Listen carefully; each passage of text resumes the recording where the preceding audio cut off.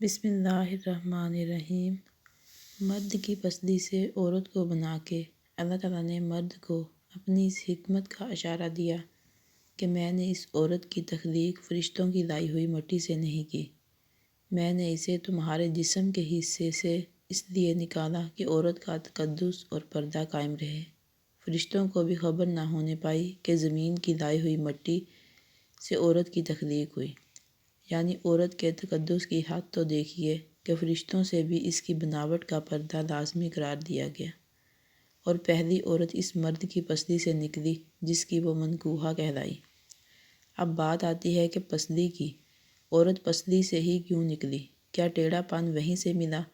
نہیں، یہاں بھی حکمت سے خالی بات نہیں ہے۔ انسانی جسم میں دل اور بہت سے نازک حصے پسلی کے پیچھے چھپے ہوتے ہیں، یعنی پسلی ایک ڈھال ہے۔ ان نازک حصے کے لیے تو اللہ پاک نے اس عورت کو پسلی سے نکال کے یہ نہیں بتایا کہ عورت میں ٹیڑھا پن ہے، بلکہ اس عورت کو پسلی کی تخلیق کر کے یہ بات سمجھا دی کہ عورت وقت بڑھنے پر ڈھال بھی بن سکتی ہے۔ حضور پاک صلی اللہ علیہ وسلم صحابہ کی محفل میں جلوہ فرما تھے کہ ایک شخص حاضر ہوا اور عرض کرنے لگا، یا رسول اللہ صلی اللہ علیہ وسلم، کوئی ایسا مومن بھی ہے جو جہنم میں رہے گا؟ حضور پاک صلی اللہ علیہ وسلم نے فرمانے لگے، ہاں، ایک شخص ایسا ہوگا جو جہنم کی گہرائی میں 1000 سال رہے گا اور مسلسل اونچی آواز میں پکارتا رہے گا، یا حنان یا منان۔ ایک دن اس قدر اونچی اور بلند آواز سے ہی یا حنان یا منان کہے گا کہ حضرت جبرائیل علیہ السلام جہنم کے قریب سے گزرتے ہوئے اسے سن لیں گے۔ حضرت جبرائیل علیہ السلام حیران ہوں گے کہ یہ کیسی عجیب بات ہے، کوئی مسلسل یا حنان یا منان پکار رہا ہے۔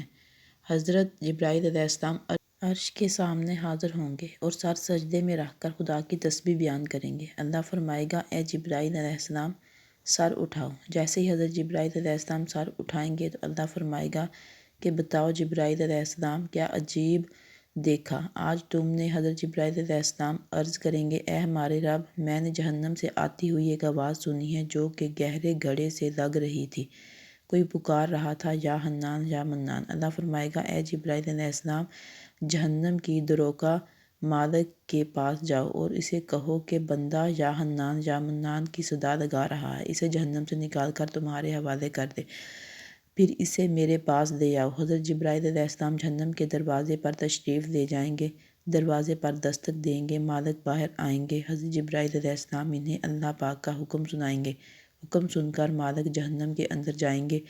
حضرت محمد صلی اللہ علیہ وسلم نے فرمایا، جسے ماں اپنے بچے کو پہچانتی ہے، مالک ایسے جہنم کو پہچانتے ہیں، اس کے باوجود آپ یا حنان یا منان کہنے والے شخص کو تلاش نہیں کر پائیں گے، باہر تشریف لائیں گے۔ حضرت جبرائیل علیہ السلام سے عرض کریں گے، اے جبرائیل، جہنم نے گہرا سانس لیا ہے، اس لیے کون سی چیز پتھر ہے، کون سی چیز لوہا ہے اور کون انسان ہے، اس کی پہچان نہیں ہو رہی۔ حضرت جبرائیل علیہ السلام پھر اللہ کی بارگاہ میں سجدہ کریں گے۔ اللہ پاک ارشاد فرمائے گا، اے جبرائیل علیہ السلام، سر اٹھاؤ، تم یا حنان یا منان کہنے والے کو کیوں نہیں لائے؟ حضرت جبرائیل علیہ السلام عرض کریں گے، مولا، دورکا جہنم مالک نے بھی معذرت کر لی ہے، کہتے ہیں کہ جہنم نے گہری سانس لی ہے، اس وجہ سے پتھر، لوہے اور انسان کے درمیان کوئی فرق نہیں بچا ہے، تو یہ سب جل کر گوئلہ بن چکے ہیں، کسی چیز کی پہچان نہیں ہو پا رہی۔ اے اللہ فرمائے گا، جبرائیل،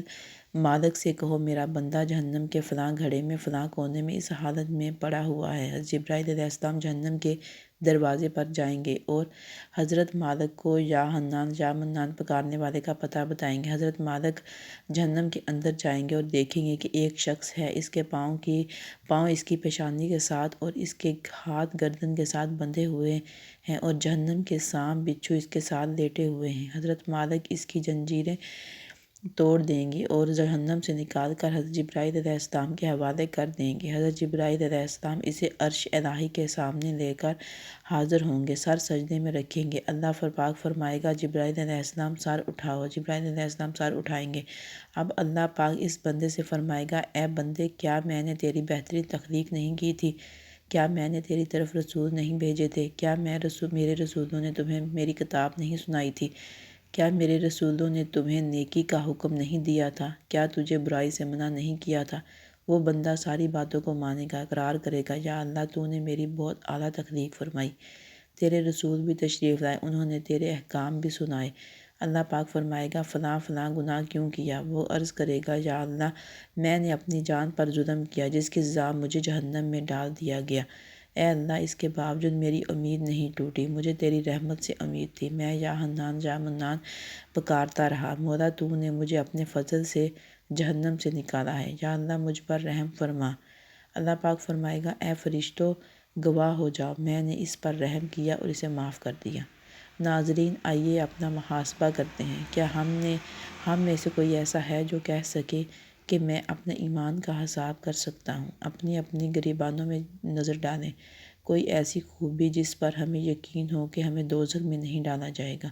ہزاروں سال کی عبادتیں بھی رد ہوتی دیکھی گئی ہیں، تو بس اللہ سے دعا کرتے ہیں کہ اے اللہ ہم جانتے ہیں کہ اگر ہمارے ایمان کا سخت حساب لیا گیا تو یقیناً ہم نہیں بچ پائیں گے، ہم بے حد گناہ گار ہیں، لیکن اللہ پاک ہم تیری رحمت کا سوال کرتے ہیں، ہم سے حساب اپنے عدل و انصاف پر نہ لینا بلکہ ہم پر اپنی رحمت اور عطا کا سایہ رکھنا۔ اے اللہ پاک ہماری دعا کو قبول فرما، آمین۔ قیامت کے دن جب لوگوں کے ایمان کا حساب و کتاب ہو رہا ہوگا، پر کچھ لوگ ایسے ہوں گے جن کو اللہ تعالیٰ بغیر حساب کے جہنم میں بھیج دے گا۔ صحابہ کرام رضوان اللہ علیہ اجمعین نے عرض کی یا رسول اللہ صلی اللہ علیہ وسلم وہ کون سے لوگ ہوں گے؟ نبی کریم صلی اللہ علیہ وسلم نے فرمایا یا ظالم حکمران، وہ تاجر جو جھوٹ بولتا ہو، وہ بڑا شخص جو زنا کرتا ہو۔ نبی کریم صلی اللہ علیہ وسلم نے فرمایا جس شخص میں یہ 3 عادات پائی جائیں وہ جاہل ہے، جو سننے سے پہلے ہی جواب دینا شروع کر دیتا ہے، بات کو سمجھنے پہلے ہی جھگڑا شروع کر دیتا ہے، علم نہ رکھنے کے باوجود فیصلے شروع کر دیتا ہے۔ اللہ پاک ہم سب کو نیک عمل کرنے کی توفیق عطا فرمائے، آمین۔